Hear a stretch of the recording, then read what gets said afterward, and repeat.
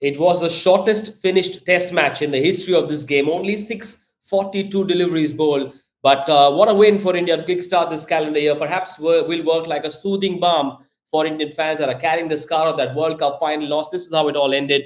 55 all out in that opening day, the opening session. Mohammad Siraj was on fire, 6 for 15. India in reply were 153 for 4 and then quickly lost 6 wickets without adding a run. Virat Kohli top scoring with 46. South Africa in reply had Aiden Markram scoring 106, which took them to 176. Jasprit Bumrah with a 6-wicket haul, 6 for 61, that gave India a target of only 79 to win this test match, which they did by only losing 3 wickets. India win by 7 wickets, level the series, 1 apiece. Dinesh Karthik joins me on Cricbuzz Chatter. It was a win on an abomination of a pitch, DK, but it was a win all right, and Indian fans will take it with a big smile on their face. Why not? Look, you got to applaud the Indian team for having put up such a show on such a tough pitch.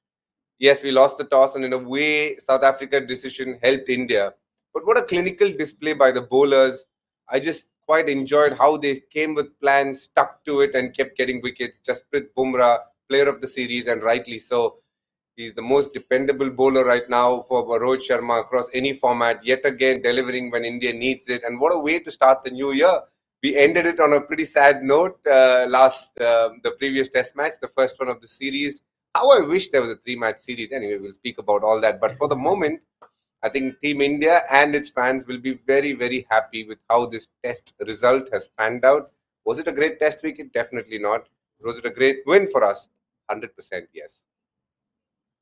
A win that was headlined by the bowler Siraj in the first innings, but then Bumrah, whose hard work had paid off for the other bowlers up until now. But today it was his turn to be among the wickets, 6 for 61. Once again, as you said, he's become or has been Rohit Sharma's go-to man. And for him to put his hand up and do what he did was one more of Bumrah's special stories. The beauty of Bumrah is how consistent he is across formats. Now, if you do look at how well he's bowled in this series, it's just pretty outstanding to think that the man has picked up 12 wickets, highest wicket taker of the series, and the fifer that he got today when India needed it most. Imagine losing 6 wickets for 0 runs, going in there, Mukesh picking a couple of wickets and ending the day with 3 wickets. We needed 7 wickets. The test could have gone either way, and he picks up 5 out of the 7. And it tells you that he's a man on a mission, someone who knows his game extremely well. The injury setback that he had in 2023, the way he's bounced back in the World Cup and now the series has been next to some of the brilliant things people have achieved in the field of sport in terms of giving a comeback. And one of the better spells you'll see from a fast bowler.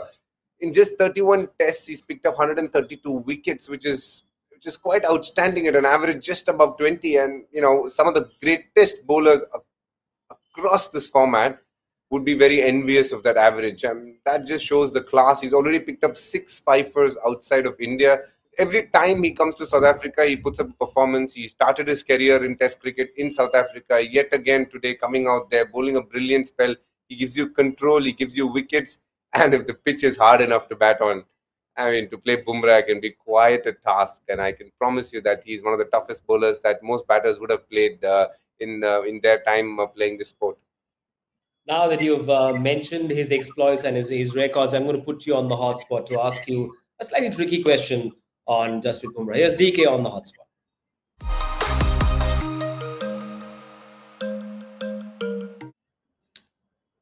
Right. With his performances in Sena conditions, as we've seen, the numbers are there for everyone to see. Is Jasprit Bumrah the best pace bowler of this generation? Across formats, I would definitely say Jasprit Bumrah is the best fast bowler of this generation. It might sound a big statement, but I can't think of too many bowlers who've been consistent across all 3 formats. You're not going to find too many, no matter how hard you search. I have to say Jasprit Bumrah is right up there with the best that there's ever been. All 3 formats, he has a very, very good record, shows his consistency. He's very quirky action, which can be hard to figure out as a batter, but the way he is effective, be it the red ball or the white ball, tells you why the man is so highly rated in world cricket. And for me, he's definitely the best right now in the world across formats. The consistency in length, his ability to swing the ball both ways, his pace, he's got it all. He's got the works, but most importantly, he's got a large heart. And when the team wants a performance, he produces it, and that's great to see. And the other thing that he has is a support cast that puts their hand up when the time comes, and that happened today as well. Prasidh Krishna gets a wicket as well, thankfully for him. Mukesh Kumar, how well has he bowled? Kept one end tight. Mohammad Siraj, once again, they didn't start with Mohammad Siraj earlier today. How surprised were you with that? Because he was really perhaps the biggest threat after what he did in that first innings. As a captain, you can understand where Rohit is coming from. Yesterday, the two best bowlers in the evening session was Mukesh and Bumrah. So he's gone ahead and went with that combo. Personally, I would have obviously opted for Siraj because he's got the wickets in the first session yesterday, and he knows what lengths to bowl on this pitch. So I would have thrown him the new ball. I would have thrown him the ball to start the day with, along with Bumrah. But they went with Mukesh. Mukesh didn't produce the initial breakthroughs. It was all about Bumrah in that first session. But the way Mukesh has bowled through this test match, 4 wickets in this whole test match, 2 wickets apiece in both the innings. He hit some good lengths and got the ball to move, got the ball to kick at times from length. And he picked up the important wicket of Dean Elgar, which was, he was the man of the series from the South African point of view. Tells you how important a wicket he is. Just the way he went about his bowling tells you that the rigors of playing a lot of first-class cricket has helped him in getting that consistency in terms of where he needs to be bowling, on which pitch. Prasidh Krishna, yes, I think he's a work in progress. Still a long way to go in Test cricket, even though, interestingly, in his limited career, he's got a much better first-class and, first-class and list A career ahead of his T20 form career in domestic in terms of sheer numbers. But the man, you can see in international cricket, in Test cricket, still has a long way to go. When Markram just wanted to take on the bowlers, when he knew he was getting to the 100, it was more like bowling to a limited over format. But Markram still managed to get that big over when Prasidh was bowling. Ended up picking just the 1 wicket in the second innings. In the crucial wicket today was, in a way, after what Jasprit Bumrah did, it was whether how long before you could get Markram out. And I think Siraj came in and did that right at the end. But it was a day which was completely dominated by Jasprit Bumrah with the ball, ably supported by the rest of the bowlers. But if you do look at the statistics, it will tell you that Jasprit Bumrah has been the best bowler in this series, again, by a distance, along with Kagiso Rabada, who's an outstanding bowler for South Africa. But Jasprit Bumrah being the best bowler from India by a distance. South Africa has to be Rabada. Overall, a very good series. One that the fast bowlers thoroughly enjoyed, must say. Mukesh Kumar as well. He seems to have bowled well within himself. Now, when you watch him, he is not a tear-away fast bowler, doesn't clock 145. He's got a certain limited pace. Going forward, would you want to see him work on adding a few more kilometers, a few more clicks to his pace? Or is that a path that is fraught with danger? Trying to add pace to his armory, is that going to make him lose the kind of control he's shown in this test match? Look, of all the aspects of fast bowling, one of the toughest skills to improve is to improve the speed of the bowler. There are no one who's come in at, say, a 130, early 130s bowler has become a rapid, say, 140, 142. It's never happened. It is one of the toughest skills to improve the speed of a bowler. What you can improve is your length, is your release style, is your run-up, is your rhythm. Those are the things that you can work on. When it comes to speed, that is probably, you can always go up by a kilometer or two, but if you want to improve by 5 or 6 kilometers, there's not too many examples in the world, because it is a power-based thing and it is something that is there with you at some point of time, and there's a ceiling to it. And I think Mukesh Kumar, in many ways, at his age, has probably reached the ceiling. He's never going to get much quicker than what he is bowling. But what he can definitely improve a lot on is in terms of his variations, in terms of his ability to get the ball to seam in. He's getting the ball to seam out sometimes, seam in a lot more. Those kind of small, subtle things he can definitely improve. He's become a much better bowler in T20 cricket as well. One of the most consistent in terms of executing Yorkers. So that's a very good skill to have. But can he become from an early 130s to a 140 plus bowler? I would be very surprised if he can do that. Then if you do think about the gamut of cricketers who have played this sport, nobody has increased their pace tremendously, but they have improved in a lot other aspects of their bowling. Yes, contributed to India's scores with 2 wickets in that second innings. Got the wickets of Elgar and Tony Dizorzi, and couple that with Bumrah's exploits meant that India had only 79 to chase, which they did very easily, losing only 3 wickets. And when we saw Yashasvi Jaiswal, Rohit Sharma back the way they did, right, for that opening partnership, it seemed like the idea was perhaps that they had the license to thrill, and so they did. When you're chasing down a small target like this, only chance is we lose wickets in clusters due to pressure. If you are able to take the game to the opposition, put them under pressure with some bold, audacious strokes, which is what Yashasvi did, then the bowling unit is under tremendous pressure, because when you're chasing down a small total, it's about one partnership of 30, 40 runs and the game is done there. And that's exactly what Yashasvi Jaiswal did. Very comfortable in his skin to take on bowlers, irrespective of how the pitch is and how new the ball is. And that has been his greatest strength. And it was great to see him go ahead and play those audacious, bold strokes and put pressure on the likes of Rabada and Berger. And they had no question. Still, he obviously got out when to a very good short ball from Berger. Overall, a good intent, something that Team India required. You don't want to allow these totals to creep up on you with pressure. So go out there, play a few shots, and that's exactly what Yashasvi did. We saw Rohit Sharma do that as well. And, the pitch obviously wanting the batters to play a little more positively than what is required. We do see Markram's innings as well. The moment Kyle Varain got out, you could see his intent completely changed. And then there's obviously the likes of Jansen and Rabada. I mean, Jansen, up to Jansen is willing to wait. But post that, he kind of went into sixth gear and started playing very strong shots down the ground and, moving away and doing everything possible to create and give himself opportunities to hit boundaries. And that paid off. And I know it's the start of the year, but it could well end up being one of the best hundreds of this year, because on this pitch, to play those kind of shots is never easy. And Markram showed why he's rated so highly as a player.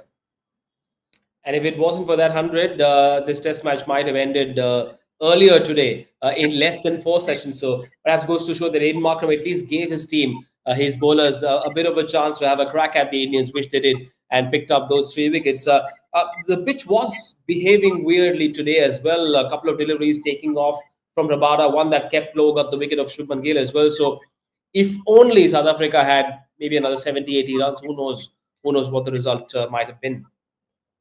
This is not a test match where you look at hindsight too much. And I say that because India were cruising 153 for 4 and they lost 6 wickets for nothing. When these kind of things happen, it tells you that the pitch is playing plenty of tricks. It wasn't a great pitch. Let's make it very obvious.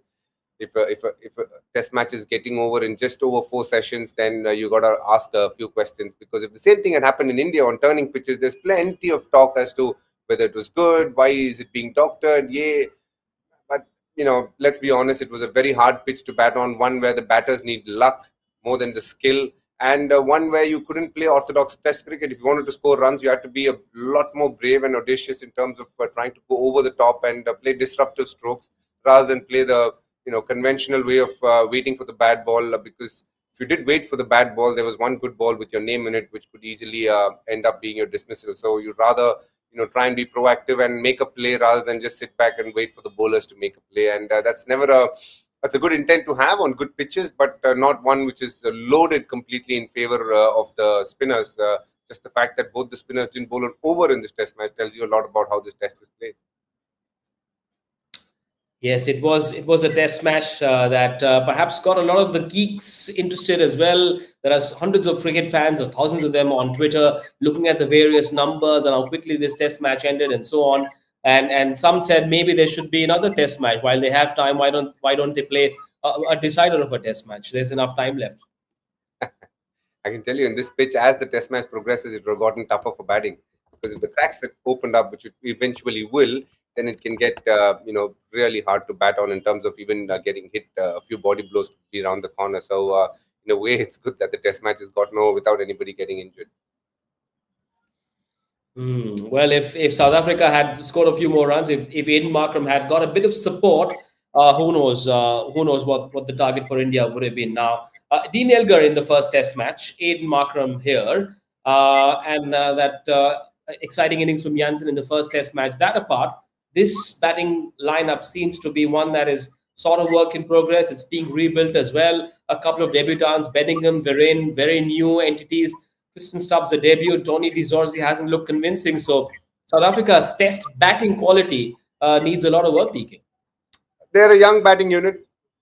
Look, I think over a period of time, they've looked at as Bumrah as a very key batter. Keegan Peterson looked like one who could really mold into one of the better test batters going around for South Africa. Henrik Klaasen was someone they had earmarked, but didn't end up having the test career that they would have wanted. So there have been a lot of talent, but they're now bringing in newer talent, which has done well domestically. Like take the likes of a Tristan Stubbs, a David Bedingham, even the likes of Kyle Varane, who's done really well for their state sides. So got the opportunity. But I wouldn't judge any of the South African batters on this pitch. David Bedingham got a real good 50 in the first test, and that is something he'll take a lot of confidence out of. Just the kind of balls that were going through, you had to keep playing shots. And when you're trying to do that in test cricket against high quality attacks like the one that India has at different points of time, you are going to obviously make an error, and that error will lead to a dismissal. And I wouldn't judge them too much.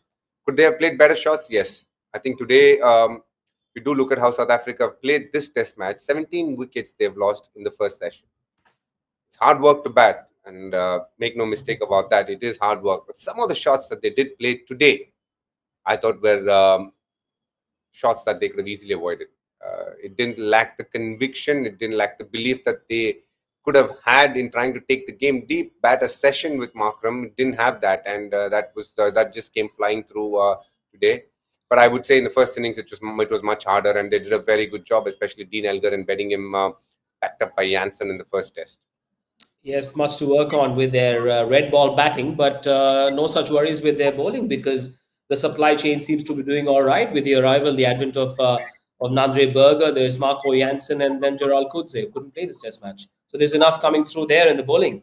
True. I think more than South Africa, if you had to talk about positives, it has to be the fast bowling attack. I think they've shown a lot of quality, a lot of caliber. They have constantly put the Indian batters under pressure, and it's a good quality Indian batting. And to consistently keep them in check, make them play false strokes, tells you the quality of South Africa's fast bowling department, spearheaded by the best, Kagiso Rabada. But I did think Nandre Berger was very, very good. The lengths that he bowled, he has a short ball that really comes on quickly as a batter. Not the tallest bowler, so he's always going to have a skiddy one. And having the belief and is willing to look into the eye of the batter and be aggressive, which is a good sign for a fast bowler. And I do think if he is injury free with his action, which is a pretty solid action, he should be able to take care of his body. I'm sure he'll have a very, very good career for South Africa. Yes, it's a bowling group that came out on top against this famed Indian batting lineup full of superstars and prima donnas. That's how they ended 2023. It was a year that saw a lot of result-oriented test matches, and that's meant that we've got a question talking about result-oriented test matches and two-match series. Here's Avdut Tisgaonkar. I hope I got that pronunciation right. So, Avdut, here's your question. Only 6 out of 34 test matches ended in a draw in 2023. In an era of result-oriented test matches, what's the point of these two test match series? Yes, it adds to the WTC, understandable, but takes a bit away from the bilaterals. This one he sent in with hashtag Cricbuzz Chatter, DK. This is a question that's been asked for some time. Just a 2 test match series. Imagine this test series having the third one. Would have been a really mouth-watering contest. Wherever it could have been, Durban, Johannesburg, wherever, you could have put it anywhere and it would have been a very interesting game. Yes, I do agree that this 2 test match series helps the World Test Championship table a little bit in terms of giving them points. But overall, if you do look at where test cricket is, I think they should try and make it a 3 test match series, especially when the top teams do play. I think it makes a lot more sense. There's a lot of competition there. The players do want to put in a good performance. See the likes of Virat Kohli putting his body on the line. One of the few batters who out of the 4 innings has scored in 3 innings in real tough conditions. So there are players out there who are willing to do anything to do well in test cricket. And I think a 3-match test series should be a bare minimum. As soon as this test match finishes in a couple of weeks' time, we have England coming in, and it's a 5 test match series. And that is going to be a real good one also. It's not being spoken about yet, but I can tell you it is going to be a terrific test series. Bazball versus India, backing their spin and their deep batting. So it's going to be a very, very well-fought test series. 2 teams having different approaches, but very skilled. So I would love for a lot of these associations across the world, when they do have test series, to look at a 3 test match series, because there is interest for it. There are takers for it. I know financially is probably not the most lucrative for the boards, but at some point of time, the health of Test cricket pretty much determines how good your domestic cricket is. And when the domestic cricket is good, then you can see the quality of the leagues being good as well. Because at the end of the day, for franchisee T20 leagues to do well over a period of time, they need domestic cricketers. That is what will garner the interest within that country. So I hope they're able to look at that bigger picture and realize how important Test cricket could be for the health of domestic cricket in any country. And if that is looked at, and hopefully all the boards have enough in their coffers to to put in for test matches, to have enough tests being played by each country, so that over a period of time they will have a good influx of cricketers which will come in and not only play the test format but also be good enough cricketers in the shorter formats as well. Important that we judge different boards differently, because of course the big three are financially much stronger than the others. So I mean, Cricket South Africa, while in their own heart someone like a Graham Smith will want their country to play more test matches, their issue is more out of a financial compulsion. I mean, they're saying they're sending an absolute second, third string test side to New Zealand because their first choice test players are going to be busy at the SA20, which is so important for the overall cricket health in their country. So I suppose it will be unfair to judge Cricket South Africa by the yardsticks that we would perhaps judge a BCCI or a Cricket Australia or ACB. It's very obvious at this point of time, hosting test matches can be really expensive. Yeah. And that's the truth of it. So if some of the smaller boards or boards that are in financial distress take the option of having more white ball games, it is because that is far more lucrative. That is the absolute truth in it. There are a lot of fans, true test fans, who enjoy test cricket. But the fact is that you can go and speak to any broadcaster and they'll tell you white ball cricket is far more easier to host for any nation than the red ball format. And that's where these issues come up. South African board has been in trouble because of mismanagement from before, and they're trying to make amends. And the SAT and the SA20 competition really helped them last year. One that really captured the imagination of the country. There were full houses almost every time they played. So for them to focus on that is very understandable. Whether because they've sent a much inferior team to New Zealand, is that the right way to do it?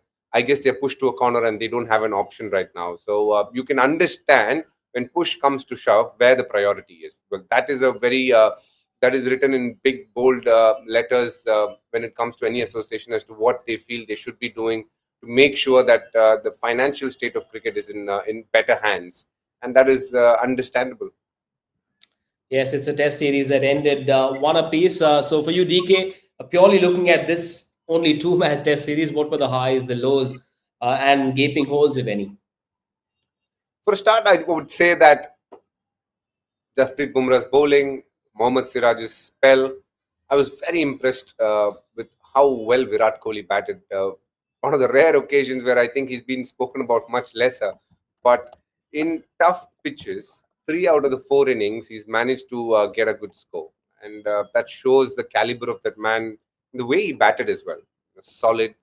I thought overall, KL Rahul's 100, his keeping also has been really good. You got to understand, he's not someone who's kept in a lot of 4-day games, even in first-class cricket. For him to put up such a solid performance as a keeper, almost blemishless, till he obviously dropped that one. And it's very easy to speak about that and say, oh, he didn't have it. But he actually had a really good series as a keeper.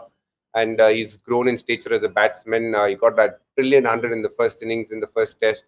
There are obviously plenty of positives.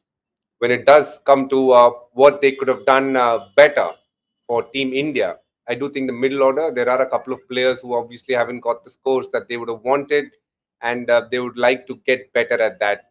There are a few names out there, the likes of Yashasvi hasn't had the best series, Shreyas Iyer, Shubman Gill. These 3 players will be looking at the next series, to do well. And there are players in the waiting in the wings as well. One of the players I'm really keen to watch, and I hope he gets an opportunity very, very soon, is Abhimanyu Ishwaran. There are a lot of players who get the glamour and glitz because they play the IPL. And it happens in India. When you play the IPL, you get noticed a lot more. But I think you need to take a moment to understand how hard an Abhimanyu Ishwaran has worked over a period of time. doing the hard grind in domestic cricket and in 8 overs, getting hundreds. And I really do wish he gets the opportunity to bat in a test match because he deserves it. And it will also give a lot of encouragement to a lot of domestic cricketers who don't end up playing IPL, saying if you do well in domestic cricket, you will be picked. And he's one of those players I'm looking forward to seeing, and I hopefully he gets an opportunity. There's always competition. Shubman Gill at 3, there is Rituraj and Rajat Patidar as well. But Abhimanyu Easwaran has come through the grind in domestic cricket in 8 overs, and I hope he gets an opportunity. But speaking about South Africa, moving on to South Africa, I thought Dean Elgar in the first test was phenomenal. Kagiso Rabada was their best player of the series. David Bedingham looked good in certain parts. Overall, Nandri Berger, I thought he was an absolute find this series for South Africa. All in all, I think it's been a series which has been completely dominated by the fast bowlers, one that the batsmen will be happy it's over.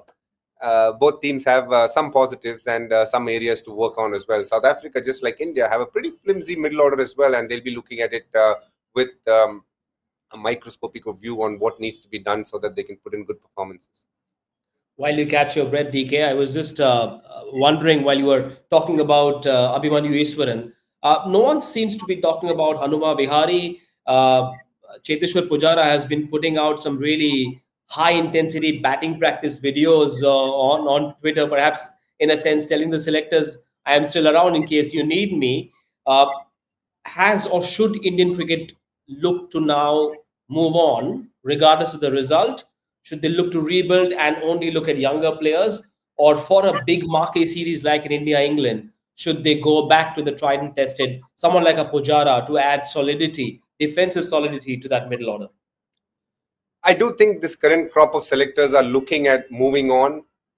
Yes, they'll be aware of what a Rahane, what a Pujara, what a Vihari will be doing in domestic cricket. But it is for sure, I can tell you, they will be backing the same set of players. They will be hoping that these players come good because they know the quality, they know the caliber, they've done well in other formats in international cricket, and they will be backing them till the moment they feel that they've given enough chances to bring someone different or someone from the outside. As I said, there are plenty of players who have not been given opportunities as well. One of the players that we need to speak about is Sarfraz Khan, who's had a Bradmanesque average over a period of time, and he's waiting in the wing. So, he has an opportunity to come into the middle order as well. I do think the likes of Sarfraz Khan will get an opportunity first before they go to anybody else. So Rajat Patidar, who averages close to 45, there have been some real good performances. Sai Sudarshan, who's done well in the India A Tour and in the ODI series. So there are plenty of names. I think India will look at the future because they might feel that they've invested a lot in the players that we've spoken about, and probably moved on to a newer set of players. And a transition is always going to happen at some point of time. And they will, yes, look to do very well in that England series, but also have an eye on the year-ending series against Australia. And they'll be preparing a lot for that in the next 10 test matches. Yes, an eye on the WTC table as well. India losing in that final at the halfway mark of that last year. And this is where they find themselves. Still early days. Australia played 7 test matches. They play a lot of test cricket. India played 4, 1, 2. Just lost the one that was at Centurion against South Africa. India still on top. So it augurs really well, although can't really expect DK to comment on that since it's very early days. DK, in case you want to add something. Whenever you talk about table, I always remember our World Cup. You just put up the table after 2 matches and ask me to comment on it. I'll never forget that. This is again a very similar table. Too early in the World Test Championship cycle to speak about anything that's going to make sense. But it's great to see India on top. Percentile is what you need to look at, and it's good to see that. But there's plenty of test matches to go. I think we need to wait at least another 10 test matches before it heats up for everybody to realize, okay, now we need to do this before we get into that World Test Championship final. We've already been in 2 of those, and unluckily in both those finals, we haven't managed to cross the line. That's a pet peeve that every Indian fan has. Why aren't we able to cross the final hurdle? We'll discuss about that in detail someday. But for the moment, it's good to see Team India yet again being solid in this format and being right up there on the table. Let's shift focus from red ball cricket to the fastest format. That's T20 cricket. That's where India go to now. A 3-match T20 I series against the very promising, the very dangerous, the very entertaining Afghanis. The first of those will be played in Mohali, then go to Indore at the Holkar Stadium, finishing off at the Chinnaswamy Stadium in Bengaluru. One of DK's favorite venues. This is India's last T20 international series. before that big T20 World Cup, although we will see a sumptuous dose of T20 cricket in the IPL. But any specific questions that Team India are looking to answer with or without Hardik Pandya? For a big, I don't think Hardik Pandya is going to be fit. So, and Surya Kumar is not going to be there as well. So, I think it might be, we shouldn't be surprised if Rohit Sharma is given the captaincy. But the bigger question is, who's going to be captain of that World Cup? And that will be the biggest question at that point of time. I think Rohit would like to play as close a team as he would be to the one that he'd be looking at the World Cup if he is a captain. Now, it's a very interesting turn of events for Team India. Hardik Pandya looked like he was going to be the captain, but today, as we sit here, Hardik Pandya has become the captain of Mumbai Indians and and Rohit Sharma could end up playing under him. Though, when the World Cup comes, who are they going to make the captain? The one that has been captain for some time in T20 cricket post the previous World Cup, the previous T20 World Cup, which was Hardik Pandya, who's led consistently. And the odd occasion, it's been Surya Kumar Yadav. Or are they going to go back to Rohit Sharma and give him another opportunity? And that's going to be a big decision that the selectors are going to take when it comes to the World Cup. And it's a very interesting one. When it comes to the squad, you can pretty much see that there are a few spots up for grabs as well. There'll be a lot of interesting names being thrown about. You do think that some of the newer faces that will be getting a look in is the likes of Rinku Singh, who's done phenomenally well and would be yet again establishing himself in that series.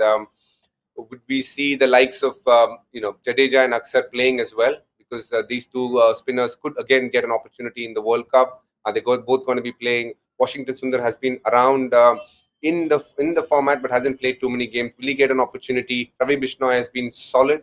Number one T20 bowler in the ICC rankings as well. So it tells you how well he has gone about things.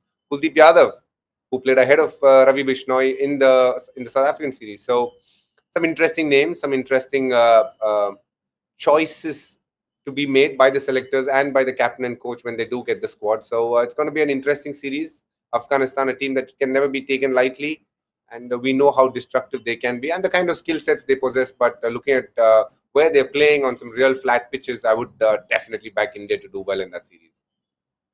Well, Rohit Sharma during this South Africa Test series was quoted. In fact, I saw a bite of him saying, "Kuch to bada chahiye apne ko." And he was clearly referring to a big World Cup trophy. That's what Rohit Sharma is looking at, because the heartbreak of that ODI World Cup final still needs to be cured, and perhaps only the T20 World Cup trophy can do that. And so don't be surprised if you see Virat Kohli, Rohit Sharma doing everything that they have to be a part of that T20 World Cup side come June 2024. That is much later. It's been a happy day for Indian Test cricket lovers, although not so much for the neutrals, because it was a Test match that ended in 4.5 days. That's how it all ended. Mohammad Siraj, man of the match. Kagiso Rabada picked up 3. Aiden Markram, a memorable 100 as well. 80 is what India, 79 is what India had to score to win this Test match. So they did, and win this Test match by 7 wickets to level the series 1 apiece. And with that, we've come to the end of this conversation. DK, as always, an absolute pleasure. You know it all. You have answers to all those questions, and I promise you there are a million and more such questions coming your way on Cricbuzz in the times to come. Enjoy your practice. Good luck for the IPL, and I'll see you once again very soon on one of these shows on Cricbuzz. Thanks so much. Take care, Manish. Thank you. Goodbye, everyone.